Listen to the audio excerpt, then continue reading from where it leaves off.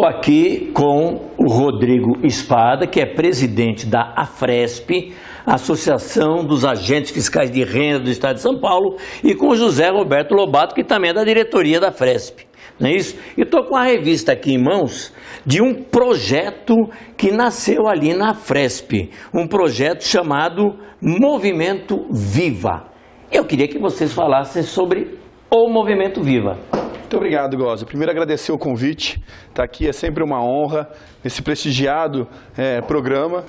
Então, a oportunidade que você abre para a AFRESP, ela é vista com muito bons olhos, principalmente para discutir um tema importante como esse, de cidadania fiscal. Eu posso dizer para você que, como você disse, é um projeto que nasceu na AFRESP.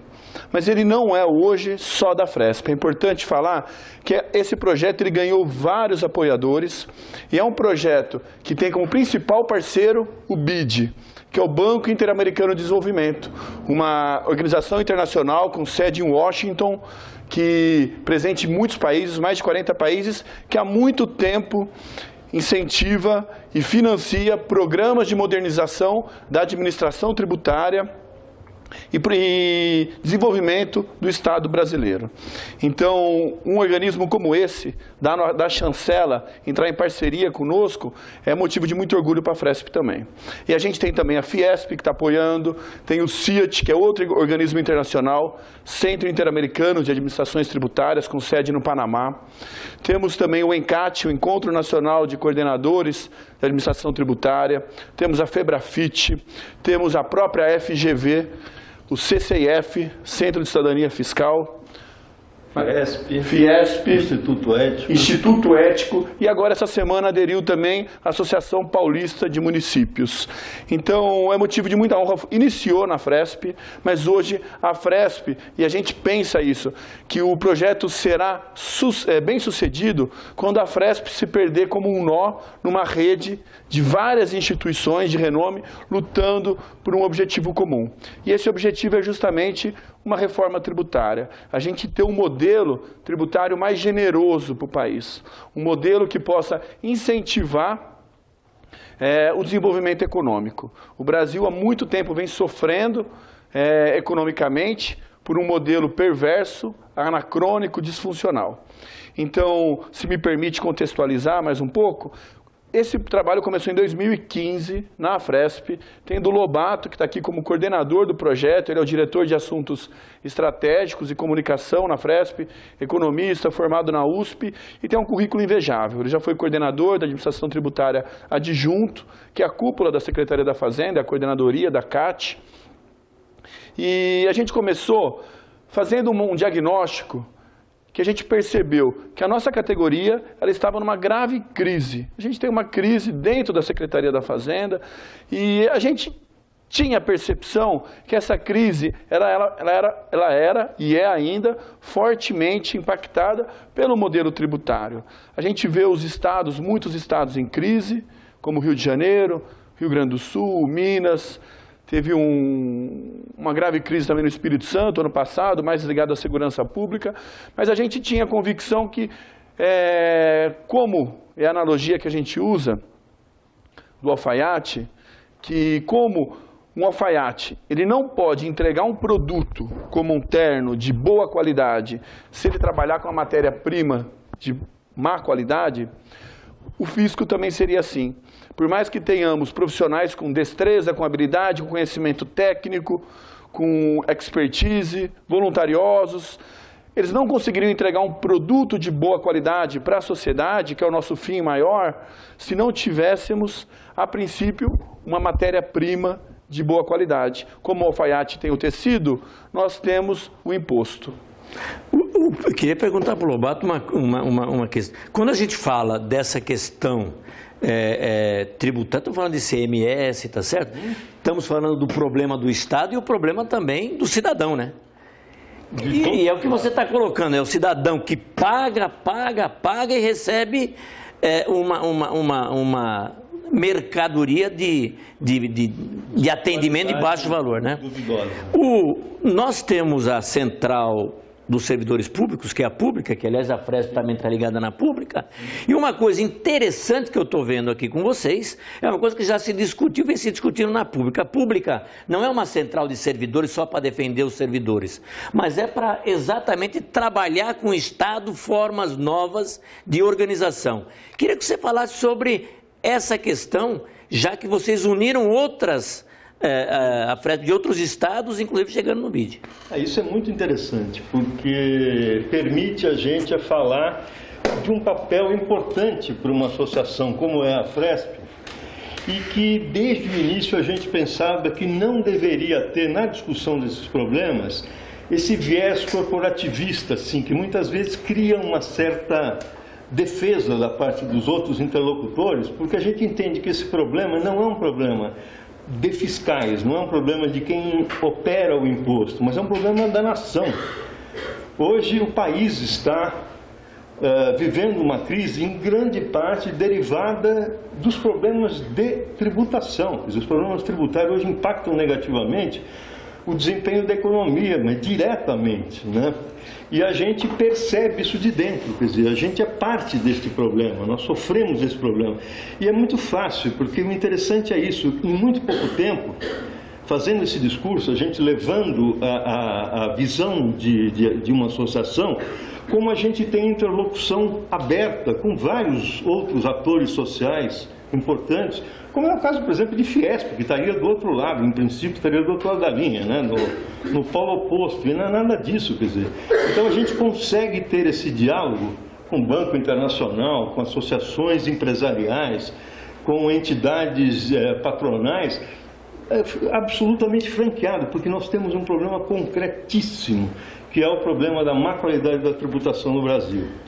E aí é que surgiu essa ideia do Movimento Viva, né? Quer dizer, de a gente quebrar essa inércia que impossibilita esse diálogo e falar, vamos fazer o bonde andar, né? Vamos tocar para frente, não dá para ficar parado. Vocês já fizeram vários encontros, inclusive chegou a ter um seminário internacional, né? Aconteceu o seminário internacional, e evidentemente que o cidadão é um dos principais interessados também na história. Tem um momento com uma participação também popular, é possível? Como vocês imaginam discutir isso com a sociedade? A gente imagina discutir com a sociedade civil organizada, de forma mais ampla possível, mais generosa. A gente quer ouvir opiniões de entidades de classe, como contadores, contabilistas, juristas também está com a gente, economistas, mas através de sociedade civil organizada, porque é um tema muito árido. A tributação é um tema que não é do gosto popular. Então, a gente precisa se amparar, se ancorar nessas instituições como um empresariado. A Fiesp representa muito bem o empresariado paulista, como a FEComércio e outras instituições. Você falou da Pública, que é presidido pelo nosso colega Nilton Paixão. Roberto Kupski, que é o presidente da Febrafit, é um dos vice-presidentes. Exatamente. Estarei na semana que vem em Brasília discutindo reforma tributária lá na federação também. Então a gente procurou, antes do seminário, percorrer o maior número de fóruns interessados possíveis. Então nós tivemos no CONFAS, que é o órgão que reúne todos os secretários da Fazenda. Tivemos na COGEF, que é o órgão que discute modernização das administrações tributárias. Tivemos na Febrafit, tivemos na FENAFISCO, tivemos no CECIF, na FGV, no GETAP, na própria Fiesp.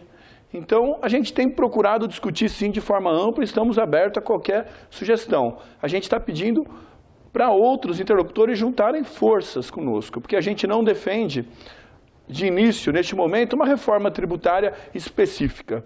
O que a gente defende são princípios que são universais, que são bons para o nosso país. Então, qualquer proposta de reforma tributária que venha, tem que atender aos princípios básicos, algumas ideias força, para a gente não desvirtuar o debate. Tem que ter um embasamento teórico mínimo possível, para depois começar a discutir as questões concretas.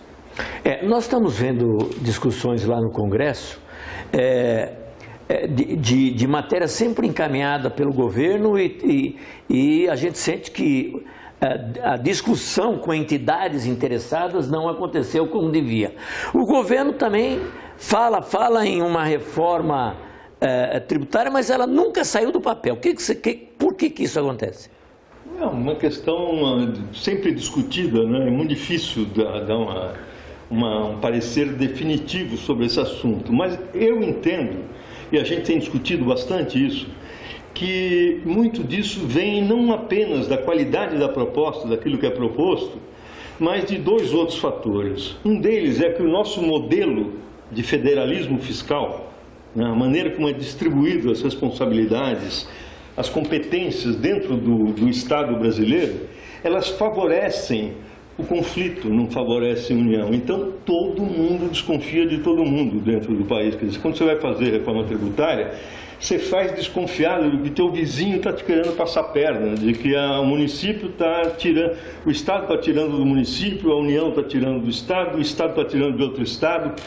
E isso contamina toda essa discussão. Quer dizer, então você começa a fazer uma contabilidade muito perversa que não permite que essa coisa vá para frente. E o outro fator derivado disso é a questão da reforma, não é só a questão de uma proposta de qualidade, é uma questão de processo de qualidade. O processo de discussão tem que ser um processo todo mundo tem que estar desarmado, tem que estar aberto, de coração aberto, para ouvir o outro, para equacionar, para saber quais são as demandas e para chegar numa solução comum. E aí eu acho que a gente consegue dar um passo para frente, né? Exatamente. Me permite complementar, a gente vê que essa discussão ela tem que se dar num ambiente tridimensional. Muitas vezes discute-se muito a questão econômica e a questão jurídica, mas existe um outro vetor que é muito importante, que é a política. E a política passa pela forma e com o debate com a sociedade organizada. Então, nosso movimento, e a palavra movimento é justamente esse, para sair da inércia, para a gente começar a discutir, ela parte de um pressuposto que a gente tem que alinhar com a base, com a sociedade. Porque as propostas de reforma tributária que vêm, normalmente vêm de um iluminado, de uma pessoa lá no Congresso, uma comissão muito fechada, que sai uma proposta e quer a aprovação daquela proposta. E no mesmo momento que ele lança a proposta, todo mundo faz conta, vê quem está ganhando, quem está perdendo, quem está ganhando fica na sua, quieto, e quem está perdendo grita. E faz pressão para não ser aprovada. Então, isso fica concentrado ali e não sai do lugar. E a inovação é porque está vindo da base. Existe um clamor social. Hoje a política, ela é refratária. A gente está num momento político muito difícil. Então, o Congresso, ele dá andamento nas demandas que tem um clamor social. E é isso que a gente está buscando um clamor social, trazer aliados e mostrar para a sociedade que do jeito que está, não dá. Está todo mundo perdendo. Está perdendo a sociedade, porque não tem a transparência necessária e não tem a necessária devolução do pagamento do tributo em serviço público. Está perdendo os contribuintes, os empresários, porque tem que lidar com insegurança jurídica e custos de conformidade, que são custos para recolher o tributo, não o tributo em si, só para recolher, o custo de compliance altíssimo, e perde o fisco, que tem a imagem pública desgastada e lida com a matéria-prima altamente complexa, que dificulta o resultado do seu trabalho e também desgasta a sua imagem. Eu vou lá embaixo na base, vou pegar uma pergunta que provavelmente o cidadão faria para vocês. O que o cidadão brasileiro paga de impostos? É justo? Olha, eu vou falar o seguinte, a carga tributária no país, que está em torno de 35%, é porque o justo é relativo. É lógico, o conceito de justiça ele é muito claro, mas a justiça, a carga tributária ela não é elevada, porque nós somos um país novo, um país que precisa de muito investimento, precisa melhorar a segurança, precisa melhorar a saúde, precisa melhorar a educação, precisa melhorar a infraestrutura, e tudo isso precisa de recursos. O problema não está aí, o problema está exatamente na devolução do recurso público para a sociedade, que ela não sente essa devolução, não sente o valor do produto pago. Porque tem países que pagam um valor muito mais elevado, como a Escandinávia. Os países pagam 50% do PIB em carga tributária e estão felizes, querem pagar até mais. mas é porque eles têm a contraprestação. Então, essa relação que não está equitativa. Só complementando, né? Porque Sim. é uma outra colocação, quer dizer, existe um problema que é o problema da carga global, se ela é justa ou não, quer dizer, então tem muita gente que espera uma redução da carga. Eu acho que não é o caso no Brasil, dificilmente a gente conseguiria isso, né? Então, no geral, se trabalha com a possibilidade de manter esta carga, mas existe um problema da distribuição da carga. E aí cabe também essa questão, se ela é justa, distribuída de uma maneira justa. E aí o problema complica bastante, porque a gente tem impostos sobre o consumo que são de alta regressividade, onde o pobre paga relativamente muito mais do que o rico, né? Do que as grandes fortunas. Muito mais, quer dizer, então existem algumas estatísticas, o próprio deputado Raul, que é o relator do projeto de reforma tributária, ele cita com muita frequência uma estatística que mostra que a fatia, né, os 10% de menor renda, pagam mais de 50% da sua renda em impostos sobre o consumo, quando na faixa mais elevada pagam, eu não me lembro exatamente, mas alguma coisa em torno de 20%, quer dizer, então é muito desigual essa distribuição, né?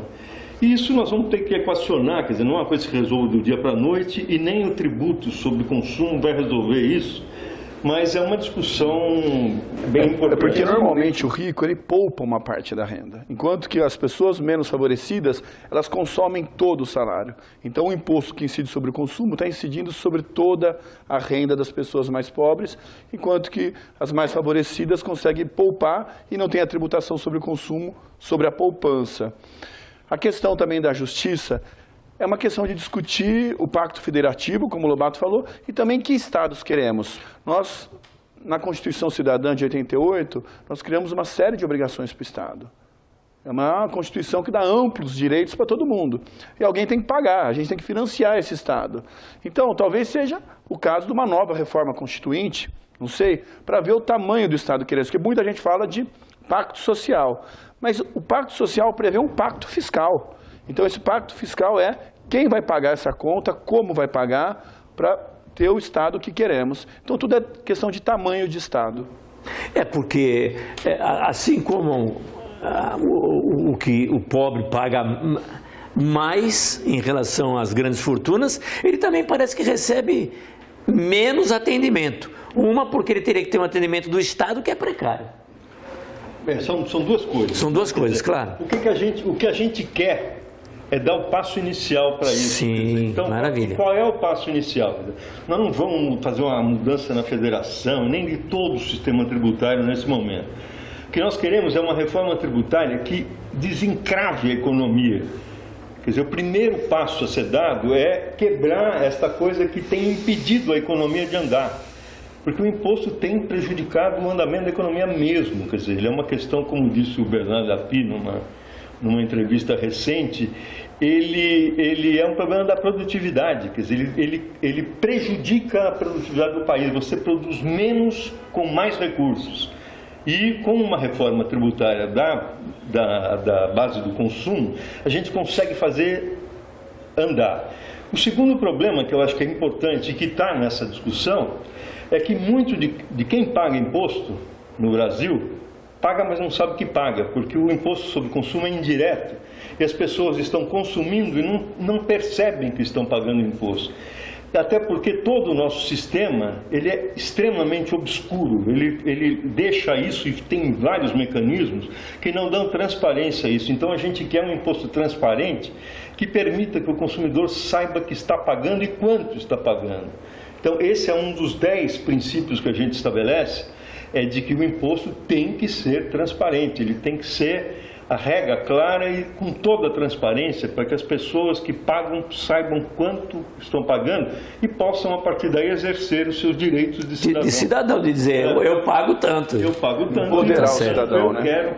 Então, Tá isso certo. aí, o cidadão precisa ser empoderado. Empoderado. É isso aí. O sistema pode ajudar Pois isso. não, pode falar. O Góes, ia complementar, porque a questão que o Lobato trouxe é central nessa discussão, que realmente o nosso modelo tributário, ele derruba a nossa economia. A gente tem, os maiores especialistas falam que gera custos desnecessários e uma ineficiência, porque ele direciona os agentes econômicos para fazer investimentos em locais ou de formas que não seria a ideal num ambiente neutro. Então, quando a gente concorre no mercado globalizado, como é hoje, e cada vez mais o mercado está aberto, quanto o nosso modelo tributário, gerando ineficiência, gera uma ineficiência ou uma perda de competitividade dos produtos brasileiros frente ao cenário internacional. A gente está, de certa forma, com isso, incentivando a produção na China, no Paraguai, só faz a alegria desses empresários, enquanto que a nossa economia está sendo derrubada. Então, a gente tem hoje a plena convicção que se fala muito em reformas trabalhista, previdenciária, tributária, mas a gente tem a plena consciência que hoje a primeira e a mais importante, a que vai destravar a economia de forma mais eficaz, é a reforma tributária. A questão tributária hoje para o Brasil, uma questão tão grave quanto foi a inflação na década de 90. A gente sabe que em curto e médio prazo, a reforma tributária é que pode dar um impulso maior no crescimento do PIB. A longo prazo vai ser investimento em educação, mas a curto e médio prazo, o mais urgente para a gente sair desse atoleiro é um modelo tributário que favoreça o ambiente de negócios no Brasil. E vocês chegaram num seminário internacional, participação de quem de fora? De que países participaram com vocês? E qual a experiência que eles trouxeram? Nós trouxemos, foi bem interessante esse seminário, a construção dele, porque foi realmente a discussão de reforma tributária em vários aspectos. Então, nós trouxemos a posição de vários atores, né, para saber o que a União pensa a respeito de reforma tributária, o que a academia pensa, o que os empresários pensam. Apresentamos 3 modelos diferentes, 3 propostas diferentes de reforma tributária, né? Trouxemos um governador de um estado que é crítico, que está fazendo um projeto de reforma do ICMS, aí de simplificação radical do ICMS, que é o governador do Mato Grosso, Pedro Tax. E foi interessantíssima, né, a explicação dele. E trouxemos experiência de 2 países, um que tem um imposto de valor adicionado de qualidade, que é o europeu, que é o pessoal da Espanha. Então nós trouxemos 2 pessoas técnicos da melhor qualidade que discutem o IVA europeu, e trouxemos uma experiência da Argentina, que é um país mais próximo do nosso. Embora não seja uma federação, tem um IVA, problemas sérios, como você pode esperar. Então tudo isso ajuda a abrir um panorama, um ambiente para uma discussão muito propício e muito rico. Foi uma experiência muito rica para nós, né? Bom, nós vamos, é um assunto muito importante e que você que está assistindo o programa pode entrar em contato com a Fresp, né? Sim. Então, fresp.org.br. www.afresp.org.br é o nosso site institucional. Mas nós temos um hot site que é o www.movimentoviva.org.br. É um site que você vai encontrar todas as informações do Movimento Viva. Então vai estar aí na nossa telinha. Então você que está interessado no assunto, um assunto importantíssimo, como foi colocado aqui pelos nossos convidados. Então entre no site e mande a sua pergunta para eles. Conversamos no nosso programa de hoje com o presidente da Afresp, Rodrigo Espada, e com José Roberto Lobato, também diretor da Afresp. E assim terminamos o nosso bate-papo de hoje. Agradeço a Afresp e até o nosso próximo programa.